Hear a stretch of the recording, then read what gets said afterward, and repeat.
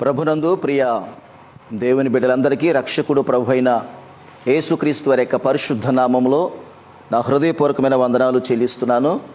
ప్రియుల యొక్క ఉదయకాల సమయంలో మరి నాకు ఈ అవకాశం ఇచ్చిన ప్రియ తమ్ముడు బెరాక వర్షిప్ టీం యొక్క హోస్ట్గా ఉంటున్నటువంటి దేవుని దాసుడు హానుక్ బ్రదర్ గారికి నా హృదయపూర్వకమైన వందనాలు చెల్లిస్తున్నాను. ప్రియులరా, ఎలా ఉన్నారు? బాగున్నారా? దేవుని యొక్క మహాకృపను బట్టి, మీ ప్రార్థనలు బట్టి నేను క్షేమంగా ఉన్నాను. ముఖ్యంగా ఈ సమయంలో ఈ ఫేస్బుక్ లైవ్లో ఎంతమంది ఉంటున్నారో వారందరూ కూడా ఈ యొక్క లైవ్ని షేర్ చేయండి, అలాగే లైక్ చేయండి, కామెంట్ పెట్టండి. ప్రియులరా, ఈ యొక్క షేర్ చేయడం ద్వారా మీరు దేవుని పనిలో సహకరించిన వారుగా ఉంటారు. అనేకులు మీ ద్వారా దేవుని వాక్యాన్ని వినగలుగుతారు. కనుక తప్పనిసరిగా ఈ యొక్క లైవ్ని మీరు షేర్ చేయాలని ప్రభు పేరట మీకు మనం చేస్తున్నాను. ఈ సమయంలో దేవుని వాక్యాన్ని మనం ప్రార్థన చేసుకుని ప్రారంభించుకుందాము. తలల వంచి కళ్ళు మూసుకోండి. పరిశుద్ధ ప్రేమ గల తండ్రి, మీ ఘనమైన పరిశుద్ధ నామానికి స్తోత్రాలు, వందనాలు చెల్లిస్తున్నాను. ఈ ఉదయకాల సమయంలో తండ్రి, ఈ యొక్క బెరాక వర్షిప్ టీం ద్వారా నాయన మరి ఈ పేజ్లో మీ వాక్యాన్ని ప్రకటించడానికి మీరు నాకు ఇచ్చిన ఈ శ్రేష్టమైన సమయం కొరకే స్తోత్రాలు. ఈ యొక్క లైవ్లో ఈ దినం ఎంతమంది అయితే రాబోతున్నారు, ఈ వాక్యాన్ని ఎంతమంది అయితే చూడబోతున్నారో వారందరితో నాయన నేరుగాను సూటిగా స్పష్టంగా మీరు మాట్లాడమని ప్రార్థిస్తున్నాను. మీ మాటలు జుంటే తేనె దారుల కంటే కూడా మధురమైనవి గనుక మీ యొక్క అమూల్యమైన లేఖన భాగాల్లో నుంచి మీ బిడ్డలందరితోనూ మాట్లాడి మీరే మహిమ పొందుమని, మహిమ ఘనత ప్రభావాలు మీకు ఆరోపిస్తూ మా ప్రభు అయిన యేసుక్రీస్తు వారి పేరట స్తోత్రం చెల్లించి ప్రార్థిస్తున్నాను ప్రియ తండ్రి, ఆమేన్. ప్రియులరా, గమనించండి, ఈ యొక్క ఉదయకాల సమయంలో ఒక శ్రేష్టమైన విషయాన్ని నేను ఈరోజు మీకు చెప్పాలని ఆశపడుతున్నాను. ఈ రోజున మనుషులను మనం గమనిస్తూ ఉన్నప్పుడు, కుటుంబాలని గమనిస్తున్నప్పుడు, సమాజంలో ఈనాడు ఎన్నో కుటుంబాల్లో, వ్యక్తిగత జీవితాల్లో సమాధానం కొదువైపోయిన పరిస్థితులు మనం చూస్తున్నాం. ఏ వ్యక్తిని కదిపినా ఏదొక సమస్య చెప్తూ ఉన్నాడు. ఏ వ్యక్తిని కదిపినా వారి జీవితాల్లో మనకి అశాంతి, అలాగే అనైక్యత, ప్రేమలేనితనం, ఇటువంటి లక్షణాలు ఈ రోజున మనం చాలా చూస్తూ ఉన్నాం. ఎందుకు మనుషుల్లో సమాధానం ఉండటం లేదు? డబ్బు ఉంటుంది ఉంటున్నాయి, వాళ్ళకి చాలా ఎసెట్స్, చాలా మంచి మరి ఆపర్చునిటీస్ కూడా, అవకాశాలు కూడా ఉంటున్నాయి. కానీ వాళ్ళ జీవితంలో కోల్పోతున్నది ఏదంటే సమాధానాన్ని కోల్పోతున్నారు. సమాధానం లేని జీవితాన్ని అనేకులు ఈనాడు జీవిస్తున్నారు.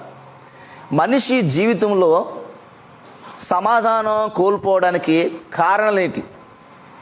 మనిషికి ఎందుకు సమాధానం ఉండట్లేదు? చాలా కుటుంబాలు ఈనాడు విచ్ఛిన్నమైపోతూ ఉన్నాయి.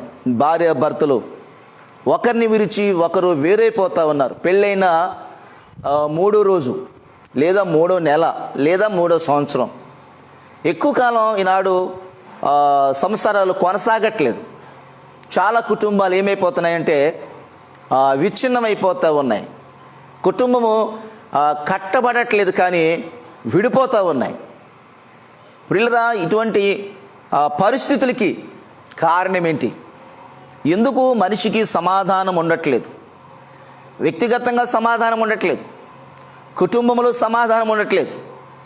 పోనీ దేశంలో ఏమైనా సమాధానం ఉంటుందంటే దేశంలో కూడా సమాధానం కనిపించట్లేదు.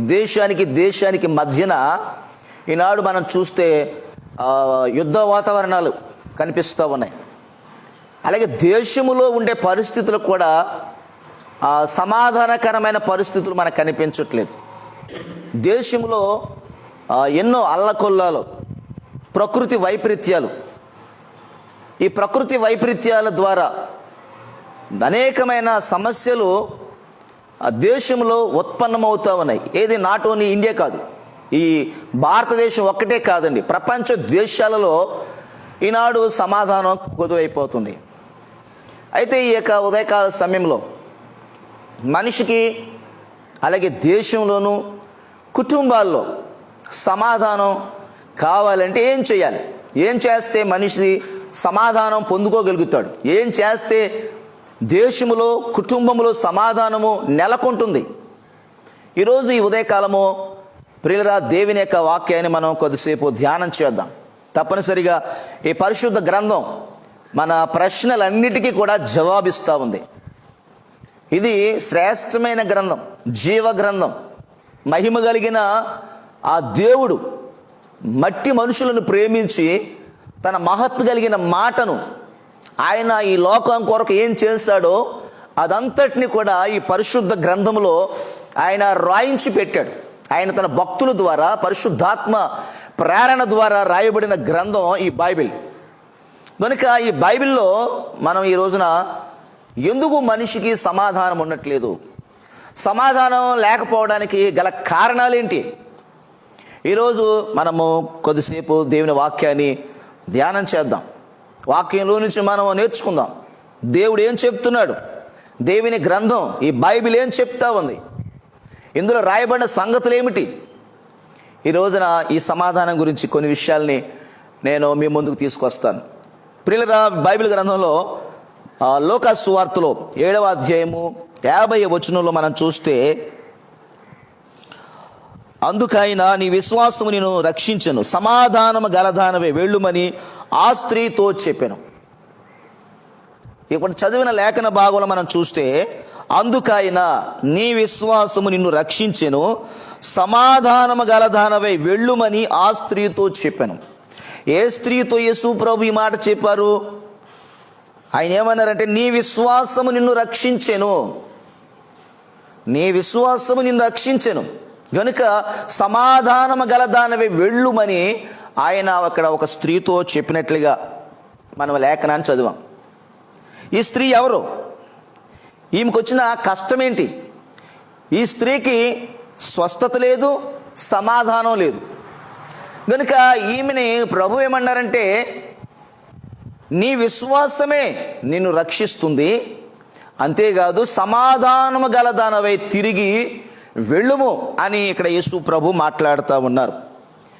ఈమెకి ఎందుకు సమాధానం లేదు అని ఆలోచన చేస్తే, ఈమె గురించి బైబిల్ ఏం చెప్తుందంటే, ఈ యొక్క లూకా సువార్త 7వ అధ్యాయంలో మనం చూస్తే ఏమని రాయబడి ఉందంటే, 37వ వచనంలో, ఆ ఊరిలో ఉన్న పాపాత్మురాలైన ఒక స్త్రీ. ఈమె ఎవరంటే ఒక పాపాత్మురాలైన స్త్రీ. ఆమె పేరు పాపాత్మురాలు కాదు, ఆమె పేరు ఉంది, అయితే బైబిల్లో రాయబడలేదు. కానీ ఆమె యొక్క జీవితంలో, ఆమె జీవితాన్ని గురించినటువంటి మాట బైబిల్ చెప్తా ఉంది. ఆమె ఎలా ఉందంటే పాపాత్మురాలుగా ఉంది. పాపాలు చేస్తూ భయంకరమైన వ్యభిచారం చేసే ఒక స్త్రీగా ఈమె మనకి కనిపిస్తూ ఉంది. పాపాత్మురాలైన స్త్రీ అట ఈమె. కనుక ఈమె ఆ గ్రామంలో, ఆ ఊరిలో ఈమె చాలామందిని తన యొక్క అందంతో, తన మాటతో ఆమె అనేకులను మోసపరిచి వారిని వశపరుచుకుని వారితో శారీరకమైన పాపాన్ని చేస్తున్న ఒక పాపాత్మురాలైన స్త్రీ అని ఇక్కడ బైబిల్లో రాయబడి ఉంది. కనుక ఈ పాపాత్మురాలైన స్త్రీకి ప్రియులరా ఏమి లేదంటే ఆమెకి సమాధానం లేదు. ఇక్కడ బైబిల్లో రాయబడిన మాట ఏంటంటే, ఆమె విస్తారంగా ప్రేమించును గనుక ఆమె యొక్క విస్తార పాపములు అనే మాట చూస్తాం 47వ వచనంలో. అంటే ఈ పాపాత్మురాలైన స్త్రీ యొక్క జీవితం విస్తారమైన పాపములతో నిండిపోయింది. విస్తారమైన పాపాలు, ఏదో 1-2 పాపాలు కాదు ఆమె చేసే పాపాలు. ఆమె యొక్క లైఫ్, ఆమె యొక్క జీవితం అంతా కూడా పాపములతోనే నిండిపోయింది. అందుకని ఆమె యొక్క విస్తారమైన పాపాలు అని ఇక్కడ పరిశుద్ధాత్మ దేవుడు రాయించి పెట్టాడు. ఈమె యొక్క విస్తార పాపాలను బట్టి ఆ ఊరిలో, ఆ గ్రామములో ఆమెకి విలువ లేదు, గౌరవం లేదు, మర్యాద లేదు. ఇటువంటి ఈ స్త్రీ తను జీవిస్తుంది, బ్రతుకుతూమైతే బ్రతుకుతూ ఉంది, కానీ విలువ లేని బ్రతుకు, గౌరవం లేని బ్రతుకు, మర్యాద లేని బ్రతుకు, అటువంటి భయంకరమైన పాప జీవితములు, విస్తారమైన పాపములతో బ్రతుకుతున్న స్త్రీ ఈమె. గనుక ఈ స్త్రీ ప్రియులరా జీవితంలో సమాధానం లేదు, ఈమెకి నెమ్మది లేదు. దానికి కారణం ఏంటంటే ఆమెలో ఉన్న పాపాలే. ఆమె పాప పంకిలమైన జీవితాన్ని బట్టి, ఆమె యొక్క నడవడికను బట్టి, ఆమె బ్రతుకుతున్న బ్రతుకును బట్టి ఆమెకి ఏమి లేదంటే సమాధానము లేదు, శాంతి లేదు, నెమ్మది లేదు. గనుక ఈ స్త్రీ ఒక రోజున యేసుక్రీస్తు ప్రభువారు ఒక పరిచయుని ఇంట భోజనానికి కూర్చున్నాడని ఈమె తెలుసుకుని ఏం చేసిందంటే యేసు ప్రభువారు ఉన్న ఆ ఇంటి దగ్గరకి యేసు ప్రభు దగ్గరకు వచ్చేసింది. యేసు ప్రభు యొక్క వెనకాల పాదముల దగ్గర నిలవబడి ఆమె ఏం చేస్తుందంటే ఆమె ఏడవడం మొదలు పెడుతుంది, కన్నీళ్లు కారుస్తూ ఉంది. ఆ కన్నీళ్లతో యేసు ప్రభు యొక్క పాదాలను కడిగి ఆ తల వెంట్రుకలతో ఆ పాదాలను తుడిచి ముద్దు పెట్టుకుంటూ ఆ పాదాలకి అత్తరు కూడా పూసినట్లుగా ఇక్కడ బైబిల్లో రాయబడి ఉంది. ప్రియులారా, యేసు ప్రభువారు ఆ స్త్రీని ఏం చేశారంటే ఆమె తనలో ఉన్న ఆ పాప స్వభావాన్ని బట్టి, ఆమె స్వభావం ఎటువంటిదంటే పాప స్వభావం, ఆమె పాపాత్మురాలు. ఆ ఊరిలో ఆమెకి విలువ లేదు, గౌరవం లేదు, మర్యాద లేదు. కారణం ఏంటంటే ఆమె జీవితమే. గనుక ఆమె ప్రభు దగ్గరకు వచ్చి తన యొక్క పాప స్థితిని బట్టి ఏం చేస్తుందంటే ప్రభు దగ్గర ఏడవడం మొదలుపెట్టింది. బహుశా అంతకాలము అంతవరకు కూడా ఆమె అనుకుని ఉండొచ్చు, నాకు ఈ జీవితం బాగుంది, నేను ఇలా బాగానే నా యొక్క లైఫ్లో నేను ముందుకు వెళ్ళిపోతున్నాను, నా లైఫ్ బాగానే ఉంది అని అనుకుంటుంది. కానీ ఒక రోజున ఆమె ఇది సరైన జీవితం కాదు, ఇది మంచి జీవితం కాదు. ఆమె హృదయంలో ఉన్న ఆ అసమాధానం మొదలైంది. ఆమె హృదయంలో ఎప్పుడైతే ఎలాగనుకుందో ఆమె అసమాధానం మొదలైపోయింది. నెమ్మది లేని పరిస్థితి ఆమెకు వచ్చేసింది, శాంతి లేని పరిస్థితి ఆమెకు వచ్చేసింది. గనుక ఇప్పుడు ఎక్కడికి వచ్చిందంటే యేసు ప్రభువారి దగ్గరకు వచ్చింది. ఆమె ఎక్కడికి రావాలో అక్కడికి వచ్చేసింది. ఈయన పాపములను క్షమించేవాడు కదా, పాపిని చేరదీసేవాడు కదా, ఈయన పాపములను కడిగి పాపిని పరిశుద్ధునిగా మార్చే దేవుడు యేసుక్రీస్తు ప్రభువారు. దానికి ఈ పాపాత్మురాలైన స్త్రీ ఏం చేస్తుందంటే యేసు ప్రభు దగ్గరకు వచ్చి ఏడవడం మొదలుపెట్టింది. కన్నీళ్ళు ఎప్పుడు వస్తాయండి? కన్నీళ్ళు ఊరికే రావు. హృదయంలో పశ్చాత్తాపము కలిగినప్పుడు మాత్రమే మనిషి కళ్ళల్లో కన్నీళ్ళు అనేవి వస్తాయి. ఈమె ఎంత విస్తారంగా పశ్చాత్తాపడిందంటే అదే మాట ఏంటంటే ఆమె ఆ కన్నీళ్లతో యేసు ప్రభు యొక్క పాదాలు కడిగిందంటే ఎన్ని నీళ్లు ఆమె కార్చుంటుంది. ఏదో 1-2 చుక్కలైతే మాత్రం కాదు, ఆమె చాలా ఎక్కువగానే కన్నీళ్లను కార్చినట్లుగా బైబిల్ చెప్తా ఉంది. అంటే ఆమె ఎంతో లోతైన పశ్చాత్తాపము పొందినట్లుగా మనం చూస్తూ ఉన్నాం. లోతైన పశ్చాత్తాపం. ఆమె పాప జీవితాన్ని బట్టి, తనలో ఉన్న పాప స్వభావాన్ని బట్టి ఆమె ప్రభు దగ్గర ఏం చేస్తుందంటే కన్నీళ్లు కార్చి పశ్చాత్తాపముతో ఆమె ప్రభు దగ్గర తన పాప స్థితిని ఒప్పుకోవడం మొదలుపెట్టింది. నా ప్రియమైన దేవుని బిడ్డలారా, ఒక మనిషి జీవితంలో సమాధానం లేకపోవడానికి ఒక ప్రబలమైన కారణం, మొట్టమొదటి కారణం ఏంటంటే పాపాలండి. పాపము మనిషికి సమాధానం లేకుండా చేస్తుంది, పాపము మనిషికి నెమ్మది లేకుండా చేస్తుంది. ఈనాడు చాలామంది జీవితంలో పాపాన్ని ప్రేమిస్తున్నారు, పాపముతోనే తమ జీవితాలని వెళ్ళదీస్తూ ఉన్నారు. కొంతమంది త్రాగుడికి బానిసైపోతున్నారు. కొంతమంది శరీర ఇచ్చలకి, పాపేచ్ఛలకి బానిసైపోతూ ఉన్నారు. పాపము చేత మనుషులు ఏడవబడుతున్నారని బైబిల్ చెప్తా ఉంది. పాపము మానలేని కన్నులు కలిగిన వారుగా మనుషులు ఉన్నారు. పాపము మానలేని నోరు కలిగిన మనుషులుగా మనుషులు ఉన్నారు. పాపాన్ని మనుషులు నీళ్లు త్రాగినట్లుగా పాపాన్ని త్రాగేస్తూ ఉన్నారు ఈనాడు మనుషులు.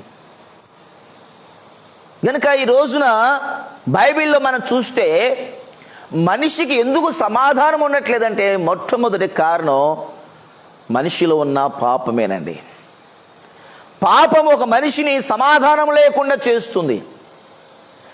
పాపము ఒక మనిషికి నెమ్మది లేకుండా చేస్తుంది.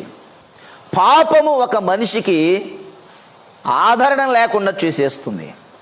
ఈ స్త్రీ, ఈమె చాలా అందగత్తె అయి ఉండొచ్చు, ఈమె చాలా పాపాత్మురాలని, ఈమె ఆ గ్రామంలో చాలా విలువలేని వ్యక్తిగా మనకు కనిపిస్తుంది. కానీ ఈమె యేసు ప్రభుని కనుగొని, యేసు ప్రభు గురించి తెలుసుకుని, ప్రభు యొక్క పాదాల దగ్గరకు వచ్చి యేసు ప్రభు ఎదుట తన యొక్క పాపస్థితిని ఒప్పుకుంటూ పశ్చాత్తాపముతో ఆమె కన్నీళ్లు కార్చి ప్రభు పాదాలను కడిగినట్లుగా, ఆయనను విస్తారంగా ప్రేమించినట్లుగా బైబిల్ గ్రంథం చెప్తా ఉంది. అందుకనే ప్రభు అన్నారు, అమ్మా నీ విశ్వాసం నిన్ను రక్షించెను, సమాధానము గలదానవై వెళ్ళుమని ఆ స్త్రీతో చెప్పారు. అంటే ఆ స్త్రీకి లేని ఆ సమాధానము అప్పుడు వచ్చింది.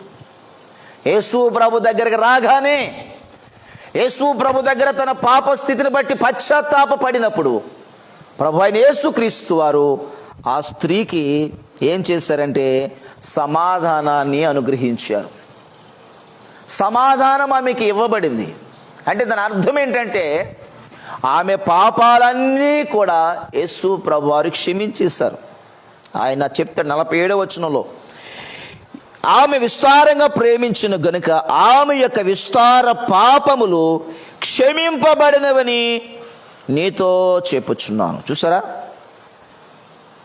ఏమన్నారు ప్రభువారు? ఈమెను విస్తారంగా ప్రేమించిన గనుక ఈమె యొక్క విస్తార పాపాలు క్షమించబడ్డాయి. ఎందుకంటే మనుష్య కుమారుడికి పాపములను క్షమించుటకు అధికారం ఉంది. యేసుక్రీస్తు ప్రభు యొక్క రక్తములో మానవులకి పాప క్షమాపణ ఉంది, విమోచన ఉంది. ఆయన మనల్ని విమోచిస్తూ ఉన్నారు. ఎఫెసీ పత్రికలో ఆయన చెప్తాడు, ప్రియులరా 1వ అధ్యాయం అపోస్తలుడైన పౌలు ఎఫెసీ సంఘానికి లేఖ రాస్తూ ఆయన ఈ మాట చెప్తాడు. చూడండి 1వ అధ్యాయము 7వ వచనము, దేవుని కృపా మహదేశ్వరుని బట్టి ఆ ప్రియుని యందు ఆయన రక్తము వలన మనకు విమోచనము, అనగా మన పాపములకు క్షమాపణ మనకు కలిగి ఉన్నది. ఏం కలిగి ఉన్నది? మన పాపములకు క్షమాపణ, మన అపరాధములకు క్షమాపణ యేసుక్రీస్తు యొక్క రక్తము వలన మనకి కలుగుతుంది. ఎంత స్పష్టంగా పరిశుద్ధాత్మ దేవుడు ఈ వచనంలో రాయించి పెట్టాడు. ఎఫెసీయులకు రాసిన పత్రిక 1వ అధ్యాయం 7వ వచనం చెప్తాడు, దేవుని కృపా మహదేశ్వరమును బట్టి ఆ ప్రియుని యందు, ఏ ప్రియుడు? ప్రభు అయిన యేసుక్రీస్తు, ఆయన మనకు ప్రియుడు. పౌలు ఆ ప్రియుని యందు ఆయన రక్తము వలన, ఎవరి రక్తం వలన? యేసుక్రీస్తు ప్రభు యొక్క రక్తము వలన మనకు విమోచనము, మనకు విమోచనము. విమోచనము అంటే అక్కడ అర్థమే చెప్తున్నాడు. ఏంటంటే అనగా విమోచనము అనగా మన అపరాధములకు క్షమాపణ మనకు కలిగి ఉన్నది. మన అపరాధాలకు క్షమాపణ అంటే మన పాపములు, మన దోషములు, మన తప్పిదాలు, వాటన్నిటికీ క్షమాపణ. ఎప్పుడైతే మనకి మన పాపాలు కడిగివేయబడతాయో, తుడిచివేయబడతాయో, క్షమించబడతాయో, అప్పుడండి నిజమైన సమాధానం. నిజమైన సమాధానం మనిషికి ఎప్పుడయ్యా అంటే యేసు రక్తములో మన పాపాలను మనం కడుక్కున్నప్పుడు. యేసు ప్రభు దగ్గరకు వచ్చి, దేవా నేను పాపిని, నా పాపములు క్షమించు అని ప్రతి మనిషి తన పాపముల విషయమై ప్రభు దగ్గరకు రాగలగాలి, ప్రభు పాదాలను పట్టుకోగలగాలి. చూసారా, ఈ పాపాత్మురాలైన స్త్రీ, ఆమె ఎంత పాపాత్మురాలైనా కానీ ఆమెకి ఏం దొరికిందంటే యేసు ప్రభు యొక్క పాద సన్నిధి ఆమెకు దొరికింది. యేసు ప్రభు ద్వారా ఆమె సమాధానం పొందుకుంది. యేసు ప్రభు ద్వారా తన పాపములన్నిటి నుండి ఆమె విడుదల పొందినట్లుగా మనకి బైబిల్ చెప్తుంది. ఈ రోజున ఈ ఉదయకాలము నా ప్రియమైన దేవుని బిడ్డలారా, మనుషుల యొక్క పాపాలు, మనుషుల యొక్క దోషాలు మనిషికి సమాధానం లేకుండా చేస్తాయి. కనుక ఈ ఫేస్బుక్ లైవ్లో వింటున్న నా ప్రియ సహోదరులారా, ప్రభువైన యేసుక్రీస్తు దగ్గరికి మనం వద్దాం. మన పాపాలను క్షమించుటకు ఆయన సిద్ధమైన మనస్సు కలిగిన వాడు. మన పాపములను మనం ఒప్పుకుంటే ఆయన మన పాపాలను కడిగేసే దేవుడు ఆయన. కనుక ఈ రోజున మనిషికి సమాధానం లేకపోవడానికి మొట్టమొదటి కారణం ఏంటంటే పాపము. ఒకవేళ నీలో ఏదైనా పాపం ఉంటే మించిపోయింది ఏమీ లేదు. ఇప్పుడైనా ప్రభు దగ్గరకు వచ్చి, ప్రభా నన్ను క్షమించు తండ్రి, నా పాపమును కడిగివేయండి నాయన, నన్ను నీ బిడ్డగా స్వీకరించుండు దేవా అని మనం ప్రార్థన చేయగలిగితే మన ప్రతి పాపమును క్షమించి సమస్త దుర్నీతి నుండి ఆయన మనలను పవిత్రులుగా చేస్తారు. ప్రియులారా, మనిషికి సమాధానం లేకపోవడానికి మరొక కారణాన్ని కూడా నేను మీకు ఈరోజు చెప్తాను. చూడండి, మార్కు సువార్తలో మనం చూస్తే ఇక్కడ కూడా ఒక స్త్రీ గురించి మనం ధ్యానం చేద్దాం. చూడండి, 5వ అధ్యాయము 34వ వచనము. మార్కు సువార్త 5వ అధ్యాయము 34వ వచనం. అందుకైనా కుమారి, నీ విశ్వాసము నిన్ను స్వస్థపరిచును, సమాధానం గలదనవే పొమ్ము, నీ బాధ నివారణై నీకు స్వస్థత కలుగునుగా కానీ ఆమెతో చెప్పాను. చూస్తారా, ఇక్కడ ఒక స్త్రీ గురించి ప్రభు చెప్తున్నారు. కుమారి, నీ విశ్వాసం నిన్ను స్వస్థపరిచును, సమాధానము గలదానవే పొమ్ము. ఈమె ఎవరు అంటే 25వ వచనం కానీ చూస్తే ఈ స్త్రీ 12 సంవత్సరాల నుంచి రక్తస్రావం అనే రోగంతో బాధపడుతున్న స్త్రీ. ఈమె ఈ రక్తస్రావ రోగముతో చాలా బాధపడుతూ ఉంది, చాలా బాధపడుతుంది. 12 సంవత్సరాలు, 1 సంవత్సరం 2 ఏళ్ళు కాదండి. ఆ రక్తస్రావ రోగంతో ఆమె చాలా నలిగిపోయింది.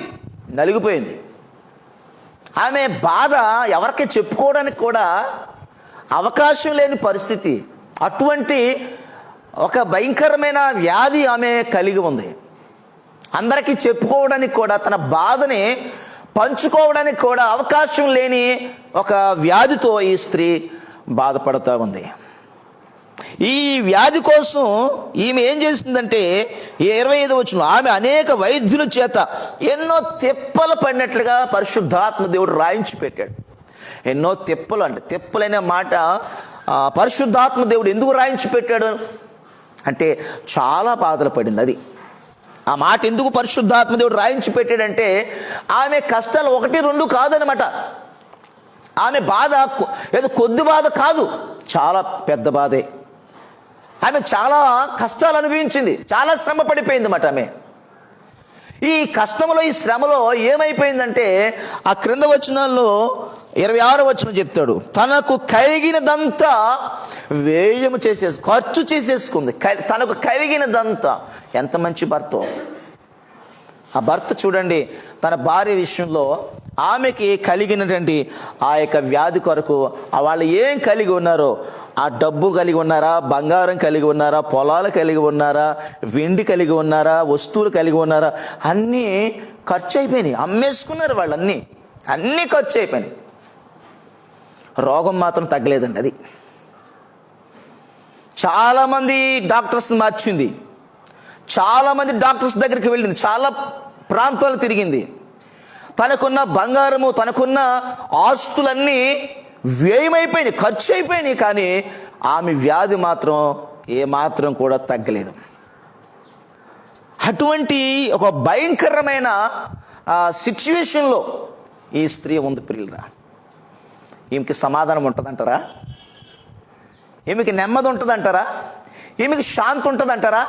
ఒక ప్రక్కన చూస్తే డబ్బంతా అయిపోయింది, ఇంకో ప్రక్కన రోగం ఏమైనా బాగుపడిందంటే ఇక్కడ రాయబడిన మాట ఏంటంటే 26వ వచనంలో, తనకు కలిగినదంతా వ్యయము చేసుకుని ఎంత మాత్రం ప్రయోజనము లేక మరింత సంకటపడెను. అబ్బా, ఎంత అద్భుతంగా పరిశుద్ధాత్మ దేవుడు ఈ వచనాల్ని రాయించి పెట్టాడండి.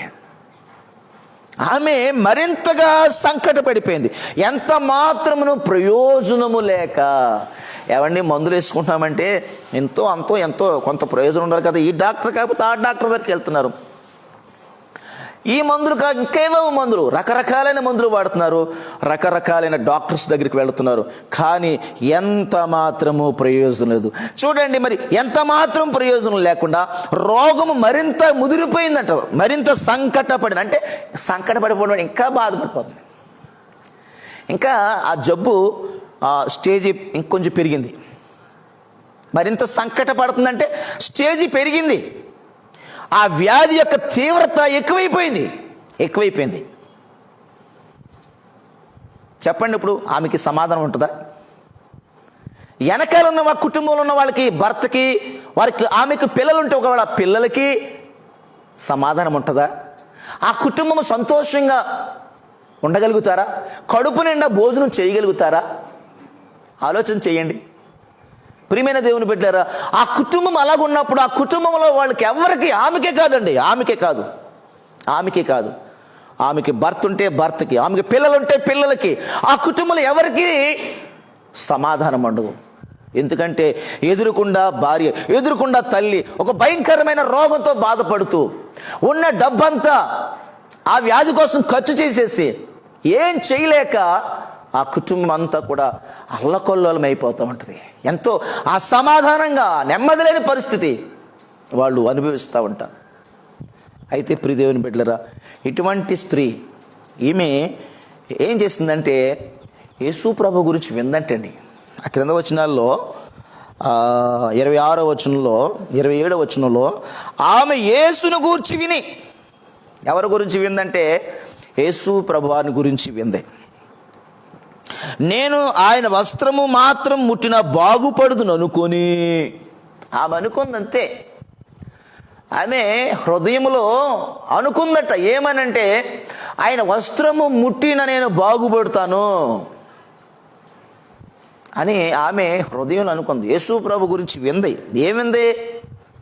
ఆయన కుంటివారికి కాళ్ళు ఇస్తున్నారని, గ్రుడ్డివారికి కళ్ళు ఇస్తున్నారని, చనిపోయిన వారిని తిరిగి లేపుతున్నారని, ఇలాగ ఎన్నెన్నో అద్భుతాలు, సూచక క్రియలు, మహత్కార్యాలు యేసు ప్రభు చేస్తున్నారని ఆమె విని నేను కూడా వెళ్ళి ఆయన వస్త్రపు చెంగు ముట్టుకుంటే నా యొక్క రోగము బాగుపడుతుందని ఆమె ఏం చేసిందంటే అనుకుందట.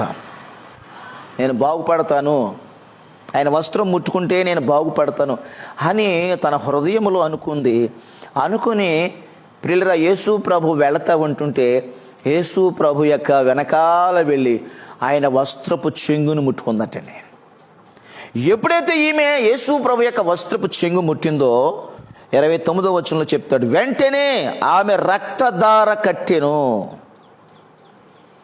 వెంటనే యేసు ప్రభు యొక్క వస్త్రపు చెంగు అలా ముట్టుకోగానే, టచ్ చేయగానే ఆమె రక్తధార కట్టెళ్ళిపోయాను.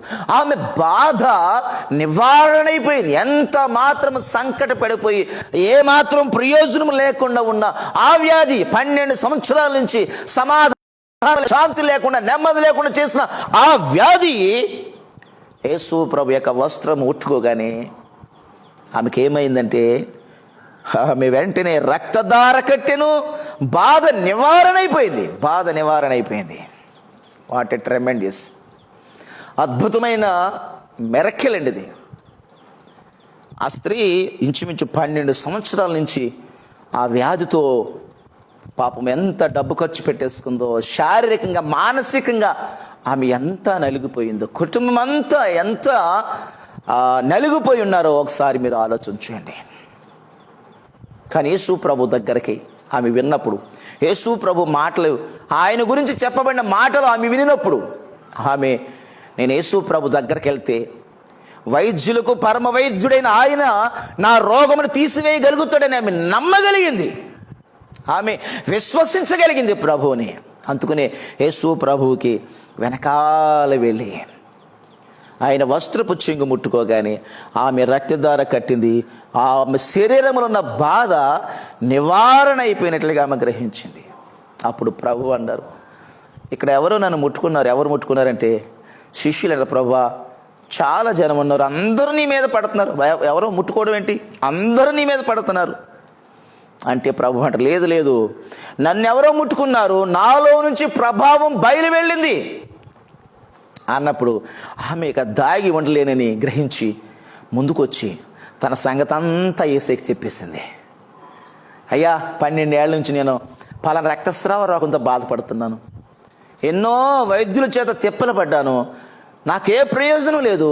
ఇదిగో నేను నీ వస్త్రపు చెంగు ముట్టుకుంటే నాకు నా బాధ నివారణ అయిపోయింది, నా రోగం పోయింది అని చెప్పినప్పుడు అప్పుడు యేసు ప్రభువారు ఏం చేశారంటే 34 వచనం, అందుకు ఆయన, కుమారి, నీ విశ్వాసం నిన్ను స్వస్థపరిచును, సమాధానం గలదనవే పొమ్ము. అంతే.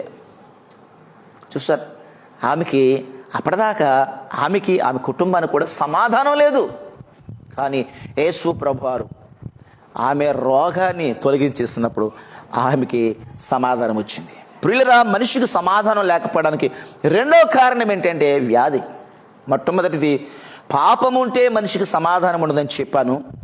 రెండవదిగా మనం చూస్తే మనిషిలో ఉన్న వ్యాధిని బట్టి కూడా మనిషికి సమాధానం ఉండదండి. వాళ్ళకి ఆరోగ్యం లేకపోతే ఎలా ఉంటారండి? ఆరోగ్యం లేకుండా ఎలా సంతోషంగా ఉండగలుగుతారు?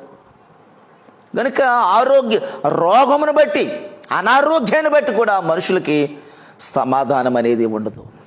కానీ ప్రియులరా, మనం ఎటువంటి వ్యాధిగ్రస్తులమైన యేసు ప్రభు దగ్గరికి రాగలిగితే ప్రభు అయిన యేసుక్రీస్తు వారు మన వ్యాధులను బాగు చేస్తాడు.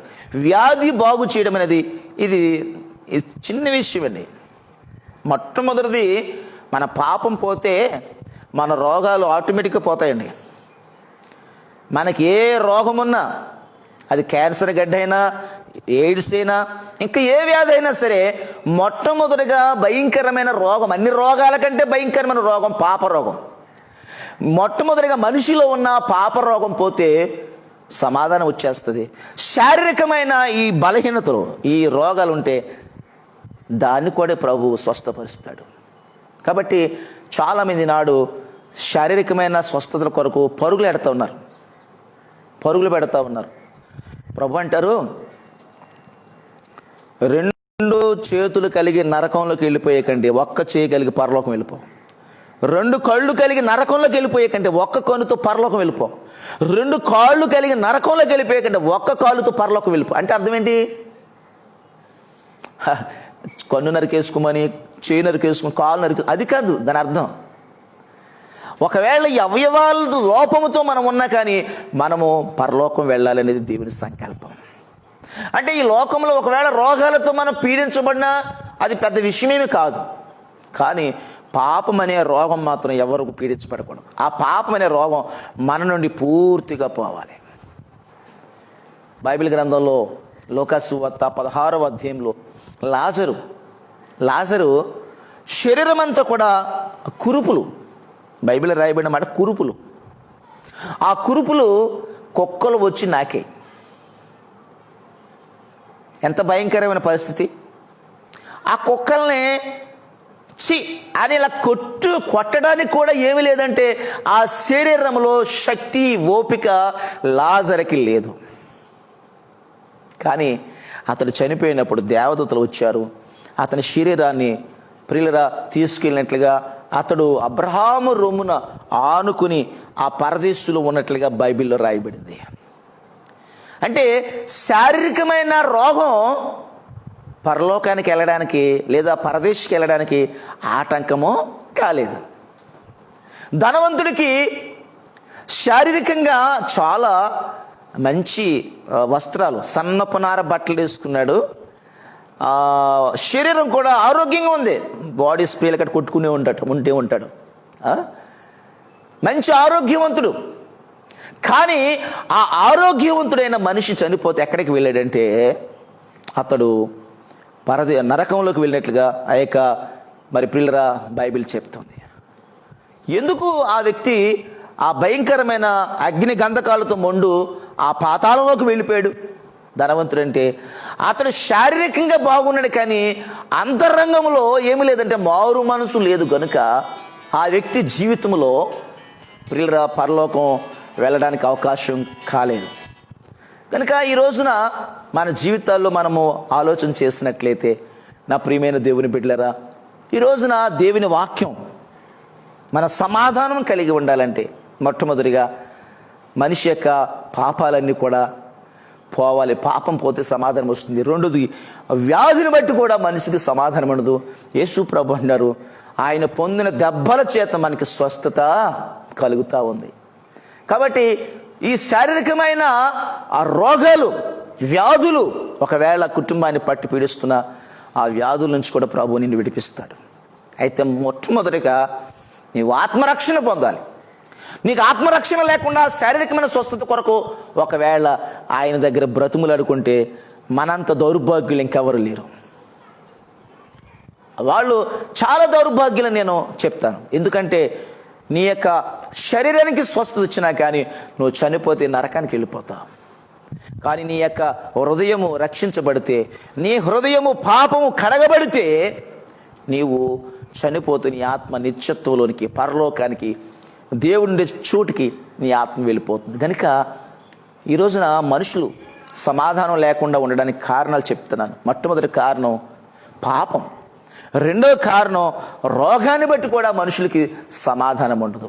అయితే నీకున్న రోగాలు, నీ సమస్యలు, నీ ఇరుకులు, నీ ఇబ్బందులు, నీ కష్టాలు, నీ కన్నీళ్ళు ఆయన అన్నిటికీ చాలిన దేవుడైన, సరిపోయిన దేవుడైన, బైబిల్ అంటుంది సమర్థుడైన దేవుడైన నీకు సహాయం చేయగలడు, నిన్ను ఆదరించగలడు, నిన్ను బలపరచగలడు, నిన్ను చేరదీయగలడు, నీకు సహాయము చెయ్యగలడైనా. నువ్వు ఎటువంటి నిరాధారమైన పరిస్థితుల్లో ఉన్నవేమో, ఎటువంటి సహాయము ఎవరు చేయలేని ఒక నిస్సహాయమైన పరిస్థితుల్లో నువ్వు ఉన్నవేమో, ఈ రోజున దేవుడు తన సహాయానికి ఇవ్వడానికి ఆయన ఇష్టపడుతున్నాడు. అయితే నువ్వు చేయవలసిన పని ఏంటంటే నువ్వు ఆయన దగ్గరికి రాగలగాలి, ఆయన నువ్వు అడగగలగాలి, ఆయన దగ్గర నువ్వు మొర్ర పెట్టగలగాలి. తప్పనిసరిగా నీకు ఆయన సహాయం చేస్తాడు. నీకు హృదయంలో ఆయన తన సమాధానాన్ని నింపి నిన్ను బలపరచగల దేవుడైనా. కనుక ఈ రోజున బైబిల్ గ్రంథం ఏం చెప్తుంది తెలుసా? యేసు ప్రభు అటండి సమాధానకర్తని బైబిల్ చెప్తోంది. చూడండి, దెస్సలోనికి రాసినటువంటి పత్రిక, దెస్సలోనికి రాసిన మొదటి పత్రిక 5వ అధ్యాయము 23వ వచనంలో చూస్తే, సమాధానకర్తయగు దేవుడే మిమ్మును సంపూర్ణంగా పరిశుద్ధపరచునుగాక. చూసారా, సమాధానకర్తయగు దేవుడు. మన దేవుడు ఎవరంటే సమాధానానికి కర్త ఆయనే. అంటే ఈ లోకంలో సమాధానం లేదనుకోండి, మనం ఎక్కడికి వెళ్తే వస్తుంది? యేసు ప్రభు దగ్గరికి రా. చాలామంది నాకు చాలా ప్రాబ్లమ్స్ ఉన్నాయి, నాకు ట్రబుల్స్ చాలా ఉన్నాయి అని వాడు పొద్దుస్తమాలు త్రాగుతూ ఉంటాడు. ఆ ప్రాబ్లమ్స్ని మర్చిపోవాలని ఆడే ప్రాబ్లం అయిపోతాడు. ఆ ప్రాబ్లం పోవాలని వాడు తాగడం వాడికి ఇంకా మరింత సంకటమైన పరిస్థితికి వెళ్ళిపోతాడు. ప్రియులరా, మన సమాధానకర్త ఎవరంటే ప్రభువే. నీకు త్రాగుడు లేదా లోకంలో ఉన్నవేవి కూడా నీకు సంతోషాన్ని, సమాధానాన్ని, నెమ్మదిని ఇవ్వలేవు. నీకు సమాధానం ఇవ్వగలిగిన వారు ఒకే ఒక్కరు, ఆయనే ప్రభు అయిన యేసుక్రీస్తు. బైబిల్ చెప్తుంది సమాధానకర్తయగు దేవుడు. యెషయా గ్రంథంలో చెప్తాడు సమాధానకర్తయగు అధిపతి అంటాడు. అధిపతి. చూడండి, యెషయా గ్రంథము ఆయన చాలా అద్భుతమైనటువంటి మాటను మరి యెషయా భక్తుడి ద్వారా పరిశుద్ధాత్మ దేవుడు రాయించి పెట్టాడు.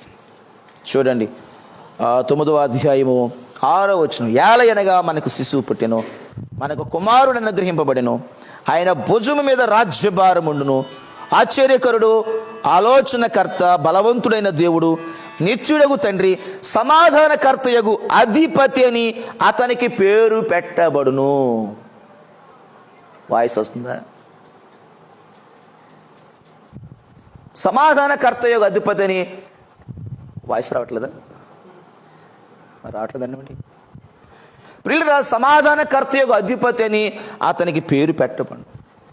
కనుక యేసు ప్రభువారు ఎవరు అంటే బైబిల్ చాలా స్పష్టంగా చెప్తుంది, సమాధానకర్తయగు అధిపతి. సమాధానానికి కర్త ఎవరు అంటే యేసు ప్రభువారు. కనుక ఈ రోజున మన జీవితాల్లో, మన కుటుంబాల్లో, మీ వ్యక్తిగత జీవితాల్లో మీరు సమాధానాన్ని అనుభవించాలంటే తప్పనిసరిగా యేసు ప్రభువే మనకి సమాధానాన్ని ఇవ్వగలిగిన వాడు. ఆయన ఒక్కడే మనకి సమాధానాన్ని ఇచ్చే సర్వశక్తి కలిగిన దేవుడు ఆయన. కనుక సమాధాన అధిపతి అట, సమాధానకర్తయగు అధిపతి అన్నాడు. దశలోనికి రాసిన మొదటి పత్రిక 5:23 చెప్తున్నాడు, సమాధానకర్తయగు అధిపతి ఆయన, సమాధానకర్తయగు దేవుడు అట. కనుక నా ప్రియమైన దేవుని బిడ్డలారా, మన జీవితాల్లో మన సమాధానాన్ని పొందుకోవాలంటే తప్పనిసరిగా మనం ఎక్కడికి వచ్చేసేయాలంటే యేసు ప్రభు దగ్గరికి వచ్చేసేయాలి. ఆయన రోమపత్రికలో మనం చూస్తే అపోస్తలుడైన పౌలు రోమ సంఘానికి లేఖ రాస్తూ ఆయన అంటాడు, మనము యేసుక్రీస్తు ద్వారా దేవునితో సమాధానం కలిగి ఉండాలంటాడు. చూడండి 5వ అధ్యాయము, కాబట్టి విశ్వాస మూలమున మనము నీతిమంతులుగా తీర్చబడి మన ప్రభువైన యేసుక్రీస్తు ద్వారా దేవునితో సమాధానము కలిగి ఉందుము. చూసారా, దేవునితో మనం సమాధానం కలిగి ఉండాలంటే ఎవరి ద్వారా అంట? యేసుక్రీస్తు ద్వారా. యేసుక్రీస్తు ద్వారా మనం యేసుక్రీస్తు ద్వారా దేవునితో ఏం కలిగి ఉంటామంటే సమాధానం కలిగి ఉంటాం. కనుక ఈ రోజున యేసు ప్రభు దగ్గరికి మనం రావాలి. ఆయనే సమాధానానికి అధిపతి, సమాధానకర్త ఆయనే. కనుక ఆయనే మన కుటుంబాలకి, మన యొక్క జీవితానికి సమాధానాన్ని ఇచ్చే దేవుడు ఆయన, నెమ్మది ఇచ్చే దేవుడు ఆయన, శాంతిని ప్రసాదించే దేవుడు ఆయన. ఆయన తప్ప వేరెవ్వరు కూడా మనకి ఈ నెమ్మదిని, సమాధానాన్ని, శాంతిని ఇవ్వలేరండి. కనుక మనిషి యొక్క పాపమును తీసివేసి పాపిని పరిశుద్ధపరచగలిగిన వాడు ఒకే ఒకడు, ఆయనే ప్రభువైన యేసుక్రీస్తు వారు. రెండవదిగా, ఎటువంటి రోగమునైనా, ఏ వ్యాధినైనా, ఏ సమస్యనైనా కానీ మన నుండి పూర్తిగా దూరం చేసి ఆయన మనకి సమాధానాన్ని ఇవ్వగలిగిన గొప్ప దేవుడు ఆయన. మూడవదిగా మనం చూస్తే ప్రియులరా, మనకి సమాధానం ఎందుకు ఉండదు? చూడండి రోమాపత్రిక 16వ అధ్యాయంలో మనం చూస్తే 20వ వచనంలో, 16వ అధ్యాయము 20వ వచనంలో మనం చూస్తే, సమాధానకర్తయగు దేవుడు సాతానును మీ కాళ్ళ క్రింద శీఘ్రముగా చితుక త్రొక్కించును. పౌలు రోమ సంఘానికి లేఖ రాస్తూ చెప్తున్న మాట ఏంటంటే, సమాధానకర్తయగు దేవుడు సాతానును శీఘ్రముగా మీ కాళ్ళ క్రింద చితక త్రొక్కించును. అంటే మూడవదిగా మనకి సమాధానం ఎందుకు ఉండదంటే సాతానును బట్టి కూడా మనకి సమాధానం ఉండదు. మొట్టమొదటిగా పాపాన్ని బట్టి సమాధానం ఉండదు అని చెప్పాను. రెండవదిగా రోగమును బట్టి, కుటుంబ పరిస్థితులను బట్టి సమాధానం ఉండదు. మూడవదిగా చూస్తే సాతానును బట్టి కూడా మనకి సమాధానము ఉండదు. ప్రియులరా, సమాధానకర్తయగు దేవుడు సాతానును శీఘ్రముగా మీ కాళ్ళ క్రింద చితక త్రొక్కిస్తాడు.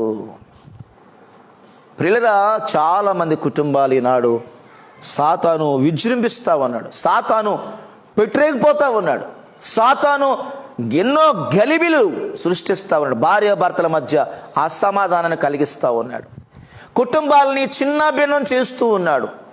కుటుంబమును ప్రియులరా ఆడు భయంకరంగా వివిధమైన తంత్రాలు కల్పించి సుఖంగా ఉన్న కుటుంబాలు, సంతోషంగా ఉన్న కుటుంబాలు, ఆనందంగా ఉన్న కుటుంబాల్లో కూడా సాతాను చిచ్చు పెడతా ఉన్నాడు. అయితే ఈ రోజున నా ప్రియ దేవుని బిడ్డలారా, బైబిల్ గ్రంథం చెప్తుంది, దేవుడు సాతాను కూడా నీ కాళ్ళ క్రింద చితక త్రొక్కిస్తాడు. ఆయన సాతానుని ఆయన నీ కాళ్ళ క్రింద త్రొక్కిస్తానని వాక్యం చెప్తా ఉంది. గనుక నువ్వు ధైర్యంగా ప్రియులరా ప్రభువైన యేసుక్రీస్తునందు నీ విశ్వాసం ఉంచాలని ఈ ఉదయకాలము ప్రభువుని బట్టి నేను వేడుకుంటూ ఉన్నాను. నువ్వు ఏ విషయంలో ఆందోళన చెందుతున్నావో నాకు తెలియదు, ఏ విషయాన్ని బట్టి నువ్వు కృంగిపోతున్నావో నాకు తెలియదు, ఏ విషయాన్ని బట్టి నేను ఇంక ఎందుకు బ్రతకడం, చనిపోవడం బాగుంటుంది అని అనుకుంటున్నావో నాకు తెలియదు. ఈ రోజున దేవుడు నీతోనే మాట్లాడుతున్నాడు. నీ కుటుంబాన్ని కట్టాలని ప్రభు ఆశిస్తున్నాడు, నీ జీవితాన్ని రక్షించాలని ప్రభు కోరుకుంటున్నాడు. ఎవండి, మనము ఆత్మహత్య చేసుకోవడం మనకు పరిష్కారం కాదు సుమా. మనం ఈ లోకాన్ని విడిచిపెట్టేయడం మన సమస్యకి పరిష్కారం కాదు సుమా. మన పక్షమందు నిలబడే ఒక ఆయన ఉన్నాడు, ఆయనే ప్రభు అయిన యేసుక్రీస్తు వారు. బైబిల్ ఏమంటుంది తెలుసా? దేవుడు మన పక్షమందు ఉండగా మనకు విరోధి ఎవడు? దేవదేవుడే, సృష్టికర్త అయిన దేవుడే నీ పక్షంగా నిలబడడానికి ఆయన ఇష్టపడుతుంటే నువ్వెందుకు ఆత్మహత్య చేసుకోవాలి? నువ్వెందుకు నీ సమస్యలను చూచి పారిపోవాలి? నీవెందుకు కృంగిపోవాలి? నువ్వెందుకు ఏడవాలి? బైబిల్ చెప్తుంది, ప్రభువునందు ఆనందించండి. మరలా చెబుతున్న, ప్రభువునందు ఆనందించండి. మీ సహనము సకల జనులకు తెలియబడనివ్వండి. దేనిని గురించి చింతించొద్దు. ఏదైనా అప్పులు కట్టుకోవాలా? సమస్యలు ఉన్నాయా? ఇబ్బందులు ఉన్నాయి? ఉండనివ్వండి. అయ్యి నిన్నేం చెయ్యు, అవి నిన్నేమి చెయ్యు. పాస్టర్ గారు అలా చెప్తారు, మీరు బైబిల్ చెప్తుంది. ఏమని తెలుసా? కొరింథీ పత్రికలు చెప్తాడు, చూడండి ఒకసారి. అపోస్తలుడైన పౌలు 10వ అధ్యాయము 13వ వచనం. సాధారణముగా మనుషులకు కలుగు శోధన తప్ప మరి ఏది మీకు సంభవింపలేదు. ఏ శోధన అంటే అండి? సాధారణముగా మనుషులకు కలుగు శోధన. నువ్వు అనుకుంటున్నావు కదా, ఈ శోధన ఎవరికి రాకూడదు, నాకే వచ్చింది. అది అందరికి వచ్చి శోధన నీకు వచ్చింది. నీకు కొత్తగా ఏం రాలేదు. నీకు విపరీతమైన శోధనలు ఏం కాదు అది. ఇంకా కింద చూడండి ఏమంటాడంటే, మీరు దేవుడు నమ్మదగిన వాడు, మీరు సహింపగలిగినంత కంటే ఎక్కువగా ఆయన మిమ్మల్ని శోధింపబడనీయుడు. మీరు సహింపగలిగినంత కంటే ఎక్కువగా అంటే నీకు వచ్చే శోధన అది నువ్వు సహించగలిగిన శోధనే, సహించలేని శోధన కాదు. నువ్వు మొయ్యగలిగిన బరువే నీ మీద పెట్టాడు దేవుడు. నువ్వు మొయ్యలేని బరువు నీకు ఇవ్వలేదు. ఏమండి, బాధలు ఎవరు పడలేరండి, కష్టాలు ఎవరు పడలేదండి, ఎవరికి వస్తాయండి ఎటువంటి అనుకోవద్దు. అది నువ్వు మొయ్యగలవు, అది నువ్వు భరించగలవు. నిలబడు, ప్రభు నీ పక్షంగా ఉన్నాడు. ఆయన ఓర్చుకో, ప్రార్థన చెయ్యి, ప్రభువునందు విశ్వాసం ఉంచు. బైబిల్ చెప్తుంది, దేనిని గురించి చింతింపకడి, ప్రతి విషయంలో ప్రార్థన విజ్ఞాపనల చేత మీ విన్నపాలు దేవునికి తెలియచేయండి. అప్పుడు సమస్త జ్ఞానమునకు మించిన యేసుక్రీస్తు వారి యొక్క సమాధానము మీ హృదయాలకి, మీ తలంపులకు కావలి ఉంటుంది. చూసారా? యేసు ప్రభు యొక్క సమాధానము మన హృదయానికి, మన తలంపులకి అప్పుడు కావలిగా ఉంటుంది. ఎప్పుడు? మనం ఆనందించాలి ప్రభువులో, ఆయన బట్టి సంతోషించాలి. నీకు వస్తున్న బాధలు, నీకు వస్తున్న నిందలు, అవమానాలు, నీ కుటుంబాన్ని బట్టి, నీ భర్తను బట్టి, నీ భార్యను బట్టి, నీ సంసార జీవితాన్ని బట్టి, నీకున్న అప్పుల సమస్యలను బట్టి ఒకవేళ కృంగిపోతూ ఉన్నవేమో, ఒకవేళ నిరాశ పడిపోతూ ఉన్నవేమో, ఒకవేళ ఈ జీవితాన్ని విడిచిపెట్టి ఇక ఈ తను చాలించాలి అనుకుంటున్నవేమో, ఈరోజు దేవుడు నీతోనే మాట్లాడుతూ ఉన్నాడు. ఈరోజు నా ప్రభు ఎదుట నేను నీవే సంపూర్ణంగా అప్పగించేసుకో. ప్రభువా, నన్ను కనికరించు తండ్రి. నువ్వు కనికరం గల దేవుడు, సమాధానకర్త యొక్క అధిపతివి తండ్రి. నీ సమాధానం నాకు ఇవ్వండి అని మీరు ఒక చిన్న ప్రార్థన చేయగలిగితే యేసుక్రీస్తు ప్రభు సమాధానం మిమ్మల్ని ఆవరించేస్తుందండి. ఆయన సమాధానంతో మిమ్మల్ని నింపేస్తాడు, ఆయన శక్తితో మిమ్మల్ని నింపేస్తాడు, ఆయన మహిమతో మిమ్మల్ని నింపేస్తాడు. ఆయన ఎంతో నమ్మదగిన దేవుడు. మీరు సహింపగలిగినంత కంటే, మీరు సహింపలేనంత ఎక్కువగా ఆయన మిమ్మల్ని శోధింపబడనివ్వడని వాక్యం చెప్తుంది. కనుక ఈ ఉదయకాల సమయంలో నా ప్రియ దేవుని బిడ్డలారా, శోధనలు మనము వస్తున్నప్పుడు చాలా ఓర్పుతో, సహనంతో ఉండాలని నేను మీకు మనవి చేస్తూ ఉన్నాను. ఈ రోజున నేను మీకు చెప్తున్న విషయం సమాధానం లేకపోవడానికి కారణాలు చెప్తున్నాను. మొట్టమొదటిగా పాపాన్ని బట్టి మనిషికి సమాధానం ఉండదు. రెండోదిగా మనం చూస్తే రోగమును బట్టి, సమస్యలను బట్టి మనిషికి సమాధానం ఉండదు. మూడోదిగా చూస్తే సాతాను కూడా మనిషికి సమాధానం లేకుండా చేస్తాడు. అందుకని సాతాను వాడు తంత్రగొట్టి అని బైబిల్ చెప్తుంది. సాతాను ఎవరంటే వాడు తంత్రగొట్టి, వాడు అభ్యంతరపరిచేవాడు, వాడు అడ్డు చెప్పేవాడు, ఆటంకాలు పెట్టేవాడు వాడు.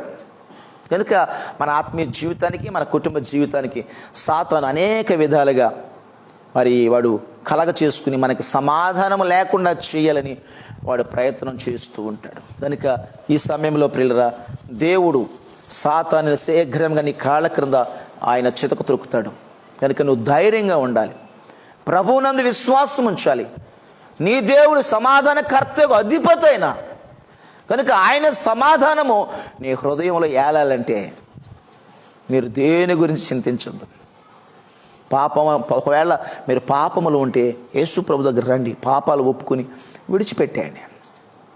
ఒకవేళ మీకు ఏదైనా వ్యాధి, రోగం, సమస్య ఉంటే వాటిని బట్టి కూడా ప్రభు దగ్గర రండి. ప్రభువా, ఇదిగో నాయన ఉన్న పాటున నేను వస్తున్నాను, నన్ను దర్శించు తండ్రి అంటే ప్రభు అద్భుతంగా ఆయన మనల్ని స్వస్థపరుస్తాడు.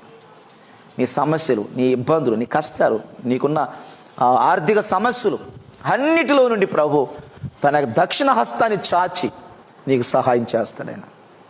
ఆయన విడిచిపెట్టేవాడు దేవుడు కాదు, ఆయన మర్చిపోయే దేవుడు కాదు. ఆయన బైబిల్ చెప్తుంది, ఇశ్రాయేలునకు ఆధారమైన వాడు నరుడు కాదు. నరులైతే విడిచిపెట్టేస్తారు, మర్చిపోతారు ప్రియులరా. కానీ నేను ప్రకటిస్తున్నా, నజరేయుడైన యేసుక్రీస్తు ప్రభువారు ఈయన విడిచిపెట్టే దేవుడు కాదు. ఇశ్రాయేలుకు ఆధారమైన వాడు నరుడు కాదు, దేవదేవుడైన, శక్తి కలిగిన దేవుడైన, ప్రేమ కలిగిన దేవుడైన, కరుణ వాత్సల్యత కలిగిన దేవుడైన, నిన్ను సృష్టించిన దేవుడైన, నీ సృష్టికర్త అయిన దేవుడైన, నీకు తండ్రిగా ఉన్న దేవుడైన, నీ కొరకు ప్రాణం పెట్టిన దేవుడైన, నీ కొరకు రక్తం కాచిన దేవుడైన నిన్నెలా మర్చిపోతాడైనా, నిన్నెలా వదిలేస్తాడైనా, నిన్నెలా పట్టించుకోకుండా ఉంటాడైనా. కనుక ఈ ఉదయకాలము ఆయన నిన్ను ప్రేమిస్తున్నాడు. నీ కొరకు ఆయన తన యొక్క 2 చేతులు చాచి పిలుస్తున్నాడు. మన ప్రతి పాపమును, ప్రతి అపరాధమును, మన దోషాలని ప్రభు దగ్గర ఒప్పుకుందాం. గొప్ప సమాధానాన్ని మనం పొందుకుందాం, గొప్ప శాంతిని మనం అనుభవిద్దాం. ఈ రోజున సమాధానము ఎందుకు మనిషికి ఉండదో నేను ఒక 3 విషయాలు చెప్పాను. ఒకటి, పాపాన్ని బట్టి మనిషికి సమాధానం ఉండదు. రెండవదిగా, రోగమును బట్టి మనిషికి సమాధానం ఉండదు. మూడవదిగా, సాతానును బట్టి కూడా మనిషికి సమాధానం ఉండదు. కానీ బైబిల్ చెప్తుంది, సమాధానకర్తయగు దేవుడు సాతానును శీఘ్రముగా నీ కాళ్ళ క్రింద ఆయన చిత్తకు త్రొక్కిస్తాడు. అటువంటి గొప్ప భాగ్యాన్ని ప్రియులైన మీ అందరికీ అనుగ్రహించాలని కోరుతున్న మాటలు ముగిస్తున్నాను. దేవుడు తన పరిశుద్ధమైన వాక్యాన్ని మన వెనుకల్లో దీవించును గాక. ప్రభు చిత్తమైతే వచ్చే గురువారం మరలా మనం కలుసుకుందాము. ప్రియులరా, ఈ వాక్యాన్ని మీరు షేర్ చేయండి, లైక్ చేయండి, కామెంట్ పెట్టండి. నేను మీకోసం ప్రార్థన చేస్తాను. పరిశుద్ధుడా, ప్రేమ గల తండ్రి, మీకు స్తోత్రాలు చెల్లిస్తున్నాను. ఈ వాక్యము ఎంతమంది అయితే విన్నారో వారందరి జీవితాల్లో బలమైన కార్యాలు చేయండి ప్రభువా. ఎవరికైతే సమాధానం లేదో, నెమ్మది లేదో, ఒకవేళ వారికి ఉన్న పరిస్థితులను బట్టి, వారికి ఉన్న బలహీనతలు బట్టి, అనారోగ్య పరిస్థితులను బట్టి, నాయన శత్రువైన సాతానును బట్టి వారి జీవితాలు సమాధానం లేకపోతే ఇప్పుడే ప్రభువా మీ సమాధానం బిడ్డలకు ఇవ్వండి, మీ శాంతిని బిడ్డలకు ఇవ్వండి, మీ నెమ్మది బిడ్డలకు ఇవ్వండి. ప్రతి ఒక్కరికి ప్రభువా మీ సమాధానం ఇచ్చి దీవించుమని యేసుక్రీస్తు పరిశుద్ధ నామములో స్తుతించి ప్రార్థిస్తున్నాను ప్రియ తండ్రి. ఆమేన్, ఆమేన్, ఆమేన్. Thank you, praise the lord. Thank you.